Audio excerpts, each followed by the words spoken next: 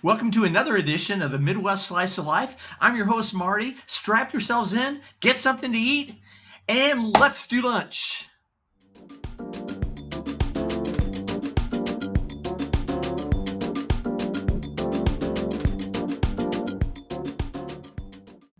Hi, and welcome to the Midwest Slice of Life Let's Do Lunch podcast. This week we're having deli sliders and telling the tale of trivial trivia, the Idiot Edition, Part 2. It can't get any bigger than this. And no, that's not a porn title. And we are back with this week's lunch. Let's do lunch. If you're eating lunch out there, let me know in the comments what you're having, and we'll put you on the lunch and roll call next week, just like I did this week. So anyway, what I'm having this week, I prepared did what I'm calling deli sliders. I got some sliders, rolls here. I'm using Genoa salami. There's boar's head ham. There's Old Crock cheese. I found these little individual cheeses. You can buy them in a bag. And Old Crock, I'll probably put it overhead too, or it's in the three things that I have. I put an individual cheese on there. I got a special mustard sauce that I made using a sweet and spicy mustard with put some Tabasco sauce into it and some black pepper just to spice it up a little bit. So we got a jazzed up mustard sauce. And for my side dish, I got Zapp's Voodoo potato chips. I've never had Zapp's. I just happened to see them at a Huck's today. And I've never had them. Where I used to hear about them is Emeril Lagasse from the Food Network used to talk about them. And if you remember way back when the Food Network started, I can't remember what year that was, but I think it was in the 90s. It's when I was living in New York, and it was filmed in New York. And I used to watch it, and Emeril was the breakout star in the beginning. For the first year or 2 years, he was the big guy on there. There were other chefs in that. And that's back when they actually had cooking shows. Now I think it's just all game shows and a bunch of bullshit. But back then they were all cooking shows. Emeril's show was huge. And Bobby Flay was also on there. Now Bobby Flay's gone on to be kind of a big shot. Back then he wasn't, like in the first year. He had a show called Grillin' and Chillin'. And a funny story was, I lived on 16th Street, and I don't know if it's still there. He had a restaurant right around the corner from where I lived before the Food Network. I can't think of the name of it for the life of me. A little restaurant. I ate there once. It wasn't that great, but I used to see him a lot. I think he lived above it. I'd see him in the deli. Like I say, he was just around the block from me. But Emeril took off. He didn't really in the beginning. He had this stupid grilling show. So one day a friend of mine came over. We were going to go get a couple beers in the afternoon. She came over. It's about 4 p.m. We're going around the corner, and I look over at his restaurant. There he is, just kind of standing in the doorway, looking out at the people walking by. And I said to her, I said, hey, hang on a second. Watch this. And we kind of stopped, and I looked over at Bobby Flay, and he kind of did a double take and looked at me, and I'm like, hi, Emeril, how you doing? And he gave me a look like he wanted to kill me. And, of course, we both started laughing, and he just was looking at us like he just wanted to kill us. As we walked away, my friend's like, you're such an asshole. And I used to see him after that, and every time he would see me, he'd give me this dirty look. And I always think, well, I'm going back to New York in May. I wonder if I'll bump into him, if he would remember me, the guy that called him Emeril. So anyway, that's my Bobby Flay Emeril story. Let's get into lunch here, try it out, and then we're going to get into this week's story. It's part 2 of the Trivial Trivia. We'll try these Zapps first. Open them up. We'll eat them right out of the bag. Here they are. They kind of have a little barbecue look to them.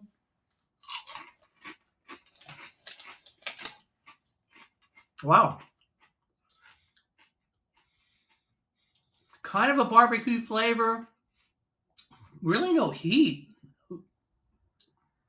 There is a little bit of heat. They're tasty. They're really crispy and unusual taste. I like them.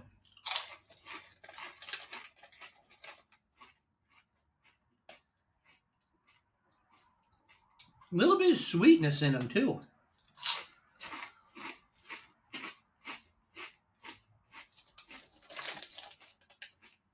I forgot napkins. I'm going to do this. A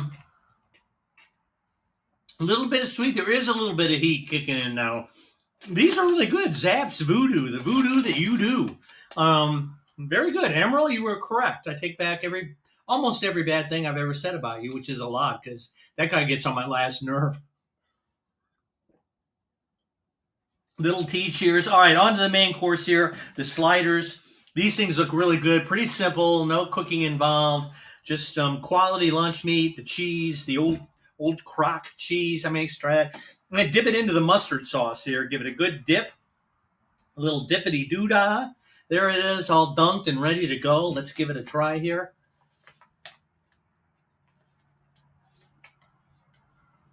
We'll try a napkin. Mmm. Wow, really a tasty sandwich. The lunch meats are really savory. This mustard sauce is really good with the Tabasco and black pepper in it. And the buns are bakery fresh. I've always said a bun can make or break the sandwich. These are really good. Mmm, tasty.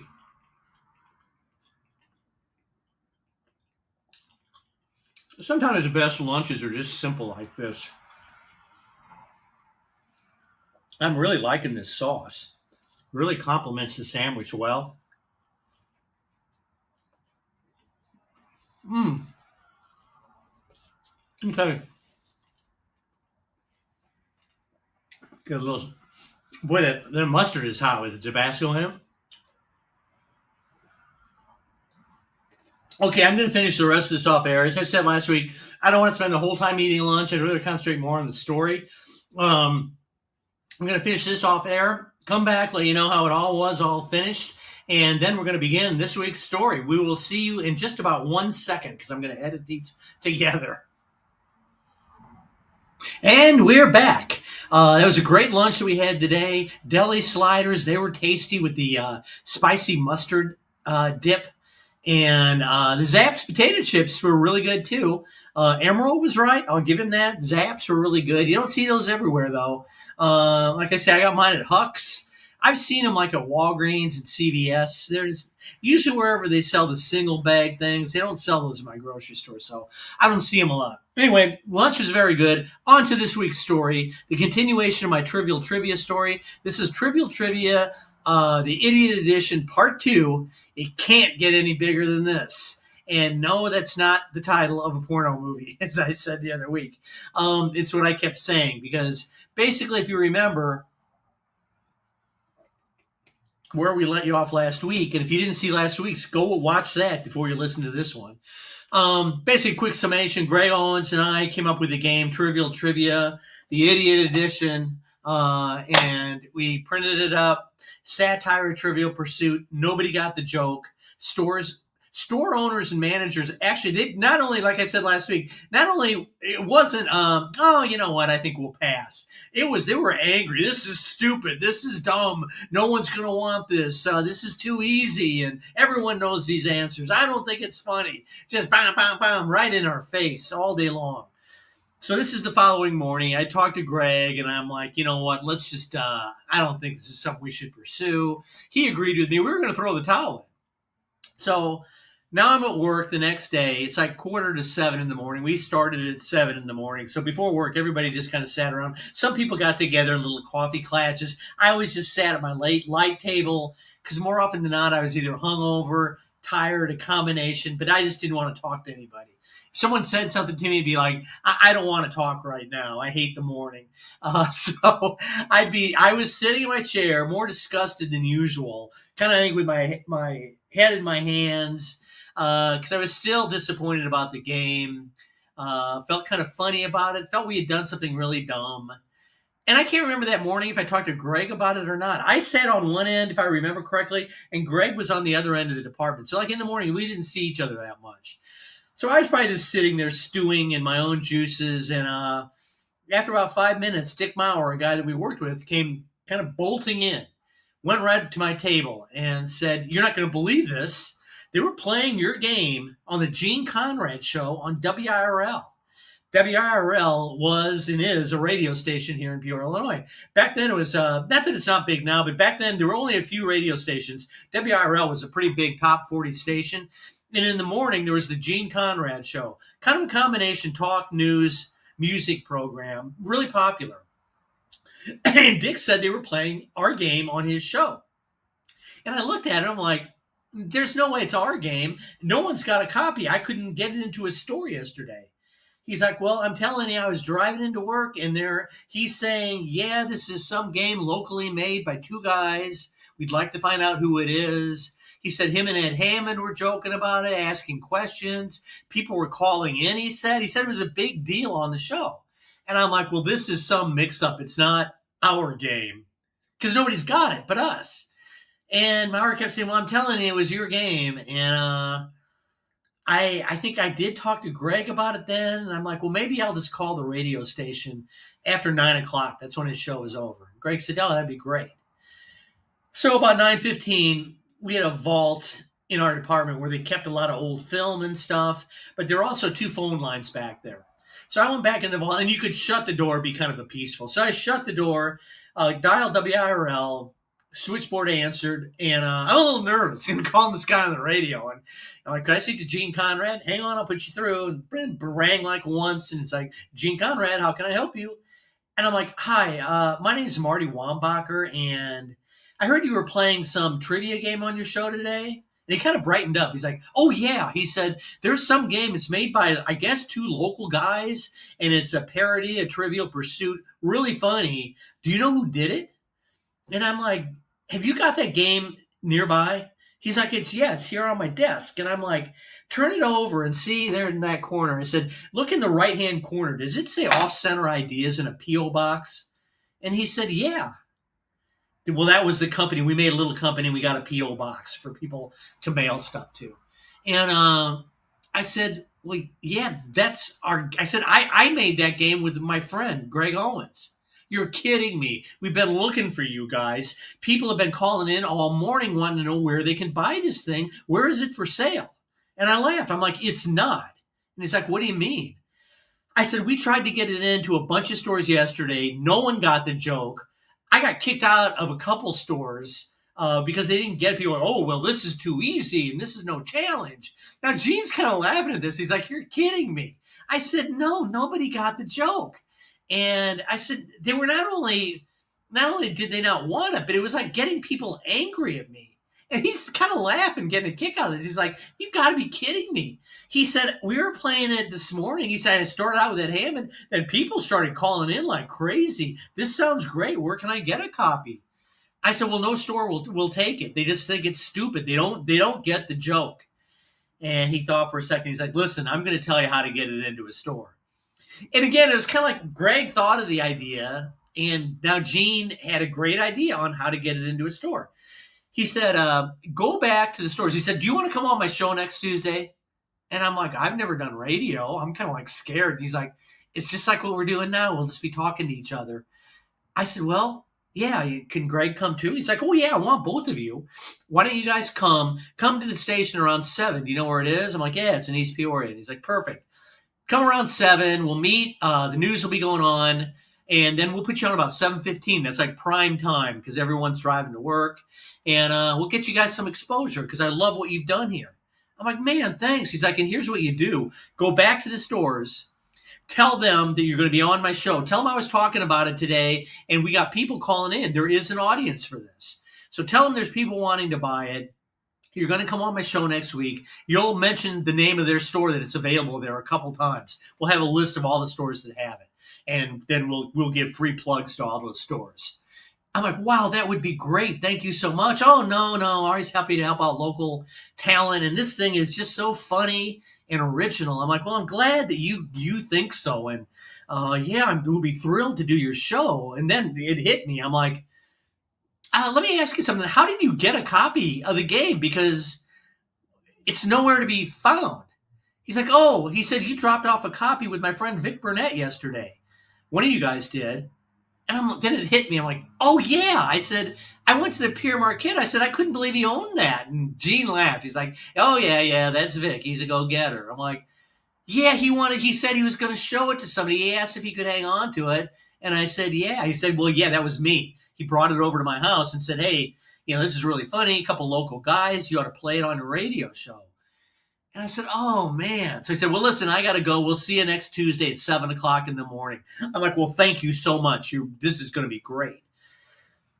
So I sat there and a chill ran down my spine because I thought, man, if I wouldn't have given that to Vic, this thing would have been dead in the water. And all of a sudden it looked like maybe we got a new lease on life with this thing. So I went out and told Greg. He couldn't believe it. I'm like, yeah, we're going to be on the Gene Conrad show next week. And I'm like, why don't you go back to your stores? I'll go back to mine after work. And sure enough, we went back to the stores. Most of them kind of reluctantly took it. They all took about 10 games. I think all in all, we're in about 15 stores, Chillicothe and Peoria. Each store had about 10 games. It's about half of our stock. We had like 150 games out there all of a sudden of our 300. So we're out there reluctantly, though. Some stores are like, okay, and what, you swear you're going to be on his show? I'm like, yeah, you can tune in 7:15. Okay, now if nobody buys these, you're taking them back, right? I'm like, yeah, there's no charge. What the deal was, they retailed for $4.95, basically $5. We told the stores they can get $2.50, and then we keep $2.50. 50-50 split down the middle. I think it cost us like, I don't know, maybe it was $1 a game. We were making about $1.50 a game, which is pretty good. So we got them in the stores, locked and loaded in place. Tuesday come, we do the Gene Conrad show. It went great. Gene was really good on air. Ed jumped in and said a few things. And that day, it went berserk. I can't remember how stores got hold of us, if they called us at work. This is pre-cell phone days, so we called them. But every single store sold out, I mean by like noon that day. And they're all clamoring to get more all of a sudden. We went from like being thrown out of stores to, oh, please come back, because people were coming in demanding it. So we took the rest of our stock, and like I said, we had 100, 150 games, put those in the stores, and then they sold out of those like within a day. And all of a sudden, the printer was printing more for us, but there was a gap of like a week to where people couldn't get it. Kind of like, what's the name of those things? Were they Beanie Babies? And I think it was around that same time. The people couldn't get them. And so people were going nuts. It creates this demand in people. And that happened with our game through no genius of our own. We would have periods to where people couldn't get it. And that just made them want it even more. So all of a sudden it's going big. We do Gene Conrad show. Then we did the John Williams show on WMBD, another really big time radio show at the time, where I first met Dan DiOrio, who's still on WMBD. He was the sports guy back then. We do John Williams show. Then the Peoria Journal-Star did an article. They called us, did an interview. They did a feature on it. This is where I kept saying to Greg, man, we're going to be in the paper. It'll never get any bigger than this. I kept thinking, okay, this is it. We've peaked. And then after the newspaper, again, we're sporadically doing little radio shows around town. And then Channel 25 called us. They put us on air. They met us at a store. All of a sudden, we're on TV. And again, I said to Greg, well, it's never going to get any bigger than this. Well, then we're on Channel 19. Yeah, we were on 2 of the 3. I think 31 didn't have us on. Those sons of bitches. So anyway, now we're on the TV. We've been in the newspaper. Stores are selling it like crazy. There's no end to this. Now it's probably like mid-October, getting near Halloween. It's been going on now for, almost a month. And we just can't believe it. And it just seems like a swirling dervish at the time, because everything was happening so fast. Well, then a couple shops in Bloomington heard about it, and they wanted to stock it. So then we get it into Bloomington. Well, then the Bloomington, all the publicity we got, we never picked up a phone, which just amazes me today, because I learned how to play the game, and usually you're calling them. The Bloomington Panagraph caught hold of it, their paper. They call us, interviewed us, got a picture, put us on the front page of the Bloomington Panagraph. I don't have a copy of it. I wish I did. But again, it's me saying it'll never get any bigger than this. We're on the front page of a newspaper. And we couldn't believe it. So now it's selling in Bloomington. And I think then we got on WBNQ. We may have done the Scott Robbins show, if you're listening, Scott, which I doubt you are. I think we got on WBNQ in Bloomington. So now it's kind of taken off in Bloomington. And again, it's me, we can't get any bigger than that. Well, then the day after we were in the Bloomington Panagraph, and again, I think now we're nearing the end of October, maybe even beginning in November now, thinking on the time frame. Time just flew by in that time, because we're restocking stores, we're working, and all of a sudden too, all the stores now are treating us like royalty. I'd go in and, oh my God, there's the games. This was such a genius idea, and you just saw how phony people were. One day they're calling me a complete moron, throwing me out of the store. Then they're like, oh, then they can't get enough of me because all of a sudden, both me and Greg were on TV, the radio. But little did we know that it was going to get a lot bigger than that. After we were in the Bloomington Pantograph, and now that I think about it, it was probably like mid-November that we were in there. I kind of have the time all boggled up. I bet it was mid-November now, thinking about what had happened. Mid-November, maybe even getting kind of close to Thanksgiving by now. So anyway, the selling in Bloomington and Peoria, and again, we're thinking it's never going to get bigger than this. Then the day or a day or two after we were in the Pantograph, we get a call at work. And our boss said, Greg and Marty, somebody wants to talk to both of you at the same time. You want to get it in the vault? So we go back to the vault, and it's a guy from the UPI wire service.